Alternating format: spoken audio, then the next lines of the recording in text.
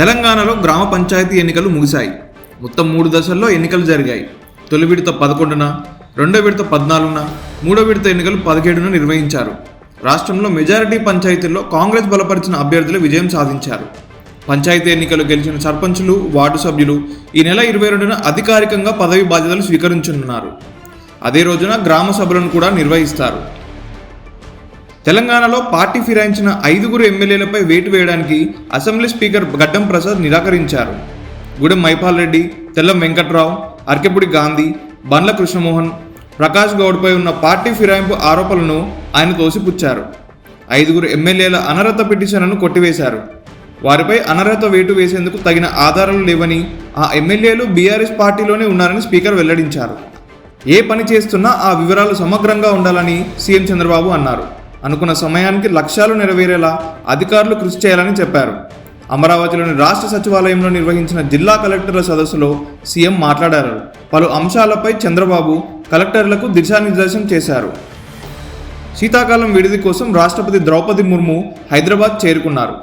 హకీంపేటలోని air force శిక్షణ కేంద్రానికి ప్రత్యేక విమానంలో చేరుకున్న ఆమెకు Telangana governor Jishnu Dev Varma, deputy CM బట్టి విక్రమార్క, మంత్రులు శ్రీధర్ బాబు, సీతక్క స్వాగతం పలికారు. 4 రోజుల పాటు రాష్ట్రపతి ఇక్కడే ఉంటారు. తిరిగి 22న సాయంత్రం ప్రత్యేక విమానంలో ఢిల్లీకి వెళ్లనున్నారు.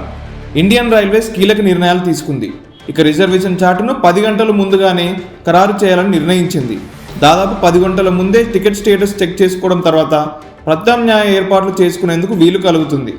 అంతేకాదు, స్లీపర్ ఏసీ కోచ్ల్లో 40 కేజీల వరకు, జనరల్ కోచ్లో 35 కేజీల వరకే లగేజీ పరిమితి విధించారు. పరిమితి దాటితే అదనపు ఛార్జీలు వసూలు చేస్తారు. పాకిస్తాన్ మాజీ ప్రధాని ఇమ్రాన్ ఖాన్ భద్రతపై వారి కుమారులు ఆందోళన వ్యక్తం చేశారు.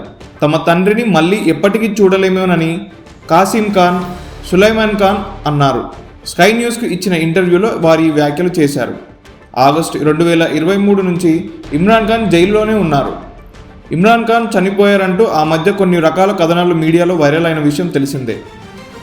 కృష్ణా జిల్లా మచిలీపట్నంలో ఏఎన్ఆర్ కళాశాల వజ్రోత్సవ వేడుకలు ఘనంగా నిర్వహించారు. ఈ కార్యక్రమానికి ముఖ్య అతిథిగా ప్రముఖ నటుడు అక్కినేని నాగార్జున హాజరయ్యారు. విద్యార్థులను, అధ్యాపకులను ఉద్దేశించి ఆయన భావోద్వేగ ప్రసంగం చేశారు. మనుషులు శాశ్వతం కాదన్నారు. కళాశాలలో చదువుకున్న పేద ప్రతిభావంతులైన విద్యార్థులకు ఉపకార వేతనాలు అందించేందుకు నాగార్జున 2 కోట్ల విరాళాన్ని ప్రకటించారు. మహిళల వన్డే ప్రపంచ కప్లో రాణించిన క్రికెటర్ శ్రీచరణికి ఏపీ ప్రభుత్వం 2.5 కోట్ల నగదు ప్రోత్సాహాన్ని అందించింది. ఉండవల్లి నివాసంలో మంత్రి నారా లోకేష్ ఆమెకు చెక్కును అందజేశారు. కడప జిల్లాకు చెందిన శ్రీచరణి ఇటీవల జరిగిన ఐసీసీ మహిళల వన్డే ప్రపంచ కప్లో అద్భుత ప్రదర్శనతో ఆకట్టుకున్నారు. ఆమె ప్రతిభను గుర్తించిన రాష్ట్ర ప్రభుత్వం 2.5 కోట్ల నగదుతో పాటు విశాఖలో 500 గజాల ఇంటి స్థలాన్ని కేటాయించింది. టెక్నాలజీతో జీవితాన్ని ఈజీ చేసుకోవాలి కానీ ఇతరులకు ఇబ్బంది కలిగించేలా దాన్ని దుర్వినియోగం చేయకూడదని నటి శ్రీలీల అన్నారు. ఏఐ జనరేటెడ్ కంటెంట్తో శ్రీలీలపై అసభ్యకర పోస్టులు పెట్టారు. దీంతో వాటిపై స్పందిస్తూ అలాంటి వాటిని ప్రోత్సహించవద్దని సోషల్ మీడియా వినియోగిస్తున్న వారందరినీ శ్రీలీల రిక్వెస్ట్ చేశారు. దిగ్గజ దర్శకుడు జేమ్స్ కెమెరాన్, రాజమౌళి వీడియో కాల్లో మాట్లాడుకున్నారు. అవతార్ 3 సినిమా మేకింగ్తో పాటు క్యారెక్టర్ల గురించి ఒకరితోనొకరు చర్చించుకున్నారు. వారణాసి మూవీ సెట్కు వచ్చి షూటింగ్ చూడవచ్చా అంటూ జేమ్స్ కెమెరాన్ రాజమౌళిని అడిగారు. పులులతో ఏదైనా షూట్ ప్లాన్ చేస్తుంటే చెప్పు అని ఆయన సరదాగా అనడంతో నవ్వులు వెల్లివేరిశాయి. తాను కొన్ని సీన్స్ తీస్తానని కెమెరాన్ చెప్పడం హైలైట్గా మారింది. మరిన్ని ట్రెండింగ్ వీడియోల కోసం న్యూస్ 18 తెలుగు యూట్యూబ్ ఛానల్ను సబ్స్క్రైబ్ చేసుకోండి.